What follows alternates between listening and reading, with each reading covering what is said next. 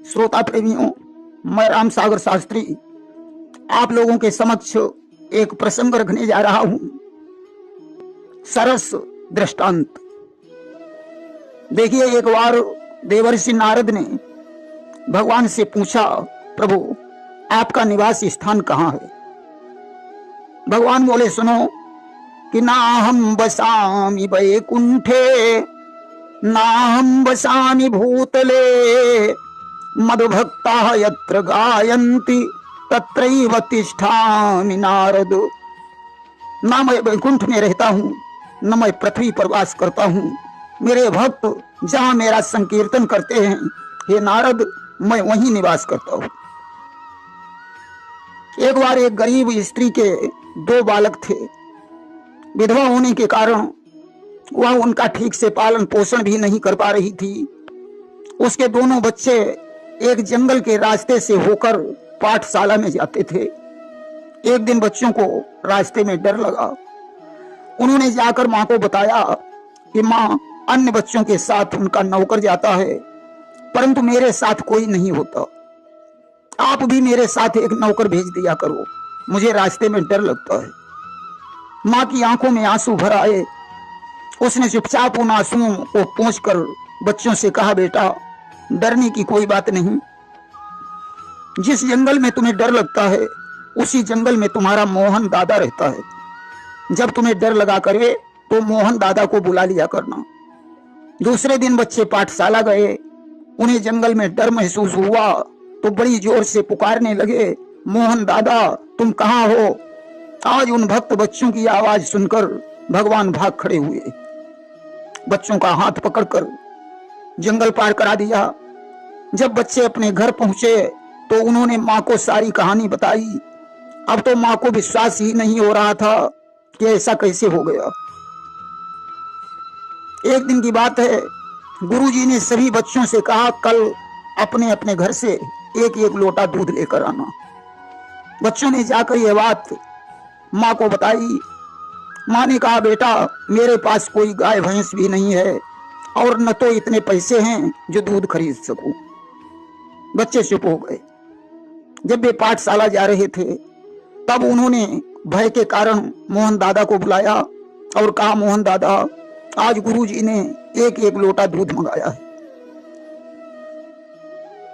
भगवान ने कहा, कोई बात नहीं बेटा, मैं तुम्हें एक एक लोटा दूध दूंगा, तुम यहीं खड़े रहो, मैं अभी आता हूं। भगवान थोड़ा इधर उधर हटकर दोनों हाथों में एक एक लोटा दूध लेकर आ गए। बच्चे बड़े प्रसन्न हुए। उन्होंने जाकर गुरुजी से कहा, गुरुजी, मैं दूध ले आया हूं। गुरुजी ने देखा इनके लोटे बहुत छोटे छोटे हैं, पहले बड़े बड़े लोटों का दूध उलट लिया जाए। आखिर में गुरुजी ने उन बच्चों का दूध लिया। ज्यों ही उल्टा, अब तो लोटे से दूध निकलना ही बंद नहीं हुआ। गुरुजी के घर में जितने भी पात्र थे सब भर गए, परंतु लोटे का दूध समाप्त नहीं हुआ। गुरुजी ने उस लोटे को उठाया और ज्यों का त्यों रख दिया। बच्चों को बुलाया, पूछने लगे, बेटा, यह दूध तुम्हें किसने दिया था? बच्चों ने कहा, मोहन दादा ने। गुरुजी बोले, बेटा, ऐसा करो, तुम मुझे अपने मोहन दादा के पास ले चलो, मैं उन्हें देखना चाहता हूं। बच्चों ने कहा, ठीक है। आज बच्चों के पीछे गुरुजी चल पड़े। जंगल के निकट पहुंचकर बच्चों ने आवाज लगाई, मोहन दादा, तुम कहाँ हो? भगवान आ गए। आज मोहन दादा के दर्शन करके गुरुजी समझ गए ये भगवान हैं। चरणों में गिरकर साष्टांग प्रणाम किया और उनका ध्यान करते हुए पाठशाला को लौट आए। भगवान कहते हैं कि जो निर्मल है, जो निश्चल है, वही जन मुझको पाता है। चालाक प्रपंची धूर्त छली, कब मेरे सन्मुख आता है। एक गांव में एक पंडित जी रहते थे। बुढ़ापा आने पर वे गांव के मुखिया के पास पहुंचे। मुखिया जी योग्य और परम विद्वान थे, परंतु उनका विनोदी स्वभाव था। हंसी मजाक उन्हें कुछ ज्यादा ही पसंद था। पंडित जी मुखिया जी के पास पहुंचे, प्रणाम करके बोले, मुखिया जी, आप परम विद्वान हैं, अतः मुझे कोई कल्याणकारी मंत्र दे दीजिए। जिसका जाप करके मेरा उद्धार हो जाए। मुखिया जी ने एक मंत्र दे दिया, हरिया गोबर परात्मा, शोभा गया बरात्मा। बोले यह मंत्र जंगल में जाकर किसी वृक्ष के नीचे बैठकर जपना, तुम्हारा कल्याण हो जाएगा। पंडित जी मंत्र को लेकर जंगल में पहुंचे। एक वृक्ष के नीचे बिना अन्न जल के मंत्र जाप करने लगे। 3 ही दिन बीते। अब तो भगवान विष्णु की शेष सैया हिल उठी। उन्होंने सोचा कि मुझे जल्दी से भक्त को दर्शन देना चाहिए, अन्यथा मेरा भक्त मर जाएगा। आज गरुड़ पर बैठकर चलने को तैयार हुए। तभी लक्ष्मी जी ने कहा, प्रभु पहले तो आप हजारों वर्षों तक भक्तों को दर्शन नहीं देते थे, आज ऐसा कौन सा भक्त है जो 3 दिन में ही आप भाग खड़े हुए। भगवान ने कहा, आओ प्रिय, तुम्हें भी गरुड़ पर बैठो, मैं उस भक्त का दर्शन कराता हूं। आज भगवान लक्ष्मी जी के सहित पंडित जी के पास पहुंचे। पंडित जी जाप कर रहे हैं, हरिया गोबर परात्मा, शोभा गया बरात्मा। लक्ष्मी जी ने ज्यों ही मंत्र सुना, जोर से हंस पड़ी। अरे प्रभु, ये कैसा बेतुका मंत्र जप रहा है, इसके लिए आप 3 ही दिन में भाग खड़े हुए। भगवान बोले, प्रिय, यह मेरा सर्वश्रेष्ठ भक्त है और सच्चे मन से मुझे याद कर रहा है। आप इसके मंत्र पर हंस रही हो, जरा शुद्ध अर्थ लगाकर तो देखो। लक्ष्मी जी बोली, प्रभु अब आप ही इसका अर्थ समझाइए। भगवान बोले, सुनो, जब मैंने द्वापर में कृष्ण का रूप धारण किया था, उस समय तुम रुक्मिणी थी। तुम्हें ब्याहने के लिए शिशुपाल बारात लेकर आया, परंतु तुमने ब्राह्मण के हाथों मेरे पास एक पत्र भेजा। उस पत्र में तुमने यही मंत्र लिखा था, हरिया गोबर परात्मा, शोभा गया बरात्मा। हरि माने कृष्ण, आ माने आओ, गो माने इंद्रियां, बर माने श्रेष्ठ, परात माने पात्र या शरीर, मां माने मैं या अंदर। हे कृष्ण, आओ, तुम्हारे भरोसे मेरी इंद्रियां मेरे श्रेष्ठ शरीर में जीती जागती हैं। तुम्हारे नाम पर इंद्रियां निर्जीव हो जाएंगी, अर्थात तो मैं मर जाऊंगी। जब ऐसा पत्र मिला तो शोभा गया बरात्मा, अर्थात मैं शोभा धाम बारात में पहुंचा। अब तो लक्ष्मी जी उस भक्त पर बड़ी प्रसन्न हुई। उन्होंने कहा, प्रभु ऐसे भक्त को आप अतिशीघ्र वरदान दीजिए। भक्त ने भगवान के चरणों में गिरकर उनकी भक्ति मांगी। तथास्तु कहकर आज लक्ष्मी के सहित भगवान अंतर्ध्यान हो गए। एक बार एक चरवाहा अपने जानवर चरा रहा था। अचानक एक महात्मा जी उधर से गुजरे। चरवाहे ने महात्मा जी को प्रणाम करके कहा, बाबा जी मुझे कोई गुरु मंत्र दे दीजिए। बाबा जी ने ओम नमः शिवाय मंत्र दे दिया और चलते बने। चरवाहा अपना मंत्र याद करता रहा। दोपहर के समय उसने जानवरों को नदी में पानी पिलाया और ओम नमः शिवाय मंत्र दोहराता रहा। ज्यों ही जानवरों को उसने पानी पिलाकर वापस किया, एक ठोकर लगी, बेचारा रेती में गिर गया। अब तो मंत्र भूल गया। बहुत कुछ दिमाग दौड़ाया, परंतु मंत्र याद नहीं आया। उसने विचार किया, मंत्र को इसी रेती में ढूंढना चाहिए। ढूंढते ढूंढते उसे एक भैंस का सींग मिल गया। उसने सोचा शायद यही मंत्र है। अब भैंस का सींग हाथ में पकड़े हुए घर लौटा, जानवर बांध दिए और बाहर झोपड़ी में बैठकर वह सींग सामने रख लिया और जाप करने लगा, भैंस का सींग, भैंस का सींग। अब भगवान विष्णु ने विचार किया कि शायद भक्त मेरा नाम ले रहा है। सन्यासी बनकर चरवाहे के पास पहुंचे। पूछने लगे, बेटा आप किसका जाप कर रहे हो? भक्त ने कहा, बाबा जी तुम्हें जहां जाना हो वहां जाओ, मैं किसी का भी जाप कर रहा हूं, आपको क्या लेना देना। भगवान बोले, नहीं बताओ तो। भक्त को गुस्सा आ गया। उसने कहा, नहीं मानते हो तो तुम्हारे बाप का जाप कर रहा हूं। भगवान वापस लौट आए। इधर भगवान शंकर ने विचार किया कि शायद भक्त मेरा जाप कर रहा है। पार्वती जी से बोली, प्रभु आपका नाम भैंस का सींग कब से हो गया? अरे लोग तो आपको नीलकंठ त्रिपुरारी कहते हैं, कोई आशुतोष, कोई भोले भंडारी कहता, कोई गंगाधर कहता। ये नाम तो सार्थक हैं, परंतु भैंस का सींग ये निरर्थक नाम कैसे हो सकता है? भगवान शंकर ने कहा, आओ प्रिय, नंदी पर बैठो। चलकर पूछते हैं। नंदी पर सवार होकर भगवान शंकर पार्वती जी के सहित भक्त की कुटी के पास पहुंचे। भगवान शंकर ने कहा कि जो तुम्हारे मन अस संदेह और तऊ के न जाई परीक्षा लेहू। अगर तुम्हारे मन में यह संदेह है कि वह मेरा नाम नहीं ले रहा है तो जाकर स्वयं परीक्षण करो। पार्वती ने एक बुढ़िया का रूप बनाया, भक्त के पास पहुंची, बोली बेटा आप किसका जाप कर रहे हो? भक्त बोला तुम्हें क्या लेना देना है, जहां जाना है वहां जाओ, मेरा समय क्यों बर्बाद करोगी? मैं जिसका जाप कर रहा हूं वह खुद जानता होगा। बोली नहीं बेटा फिर भी बताओ तो या किसका जाप कर रही हो? भक्त को गुस्सा आ गया, उसने कहा तुम्हारे खसम का जाप कर रहा हूं। पार्वती जी तुरंत वहां से भाग खड़ी हुई, शिव के पास पहुंची, बोली प्रभु आप सत्य कहते थे, वह भक्त आपका ही जाप कर रहा है। आज उस भक्त के सामने पहुंचकर भगवान ने अपने दिव्य दर्शन दिए और कहा भक्तराज तुम्हारा कल्याण हो। नंदी पर सवार होकर पार्वती के सहित भगवान शिव अंतर्ध्यान हो गए। देखिए मानस में एक चौपाई आती है कि सुमेरी पवन सुत पावन नाम अपने वश करि राखे राम। राम को रामू कह दिया और भगवान को कुछ भी कहे। यहां भैंस का सींग भगवान शंकर का नाम हो गया। बताया पूर्ण आस्था अटल प्रेम और विश्वास के साथ जिसके लिए आप जाप करते हैं वो अवश्य ही प्रसन्न होता है। भगवान तो भक्त के बस में होते हैं। एक बार 4 मूर्ख पंडित काशी से विद्या पढ़कर लौट रहे थे। रास्ते में एक तालाब पड़ा, उसमें उन्होंने बैठे हुए एक बगुले को देखा। उनमें से एक पंडित बोला भैया इस बगुले के ऊपर कोई श्लोक बनाओ। एक पंडित ने श्लोक बनाया, खोदंता भाई खोदंता।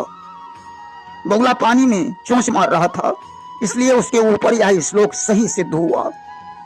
बगुले ने ज्यों ही पंडित की आवाज सुनी वह गर्दन ऊंची उठाकर इधर उधर देखने लगा। तब तक दूसरे वाले पंडित ने श्लोक बनाया कि लंब घींच यह चितवन कौन। जैसे ही बगुले के कान में यह आवाज पड़ी बगुला सुकुड़ मुकुड़ कर बैठ गया। तब तक तीसरे वाले पंडित ने श्लोक बनाया सुकुड़ मुकुड़ यह बैठक कौन। जैसे ही बगुले ने सुना उसने अपने पंख फड़फड़ाए और उड़ गया। तब तक चौथे वाले पंडित ने श्लोक बनाया फलंगत जाए फलंगत जाए। इस प्रकार आज पंडितों ने 4 श्लोक बनाकर तैयार कर लिए। एक राजा के दरबार में पहुंचे। राजा ने उन्हें विद्वान समझकर स्वागत सत्कार किया और अपने महल में ही उन्हें एक कमरा दे दिया। धीरे धीरे रात का वक्त हुआ। एक चोर राजा की चोरी करने के लिए पहुंचा। उसने अपने बेलचे से नकब काटना शुरू कर दिया। तब तक चारों पंडितों ने आपस में विचार किया कि जो श्लोक हम लोगों ने बनाए थे उन्हें दोहरा लिया जाए, अन्यथा हम लोग भूल जाएंगे। पहले वाले ने अपना श्लोक दोहराया खोदंता भाई खोदंता। चोर के कान में जैसे ही यह आवाज पड़ी उसने विचार किया मालूम पड़ता है कोई देख रहा है। उसने खोदना बंद कर दिया और अपनी गर्दन ऊपर उठाकर इधर उधर देखने लगा। तब तक दूसरे वाले पंडित ने अपना श्लोक दोहराया लंब घींच यह चितवन कौन। चोर ने सोचा अब तो कोई वास्तव में देख रहा और सिकुड़ मुकुड़ कर बैठ गया। तब तक तीसरे वाले पंडित ने अपना श्लोक दोहराया सिकुड़ मुकुड़ यह बैठक कौन। चोर ने सोचा अब यहां से भागना ही अच्छा होगा क्योंकि लोग मुझे देख रहे हैं। चोर भाग खड़ा हुआ। तब तक चौथे वाले पंडित ने अपना श्लोक दोहराया फलंगत जाए फलंगत जाए।